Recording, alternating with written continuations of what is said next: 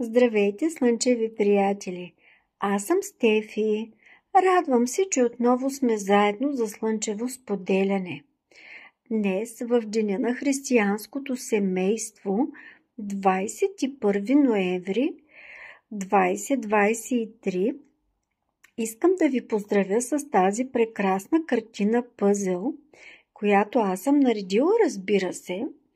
Това е едно семейство лебеди. Виждате таткото, майката и в средата двете дечица.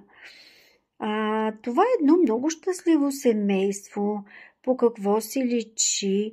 Вижте децата как размахват крилца. Ето сега ще завъртя и даже ще приближа да се убедите, че това е един пъзел, нареден от мен.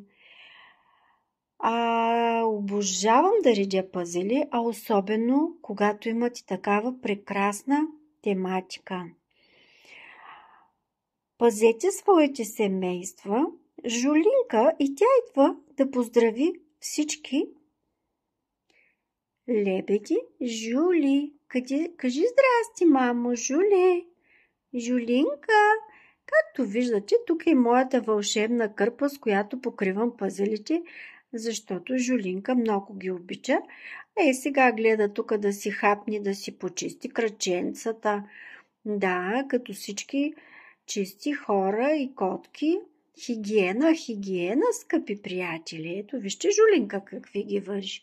Гути, кажи цял, мамо. Не е там, че много интимно стана. Бъдете здрави, бъдете слънчеви, обичам ви и до скоро!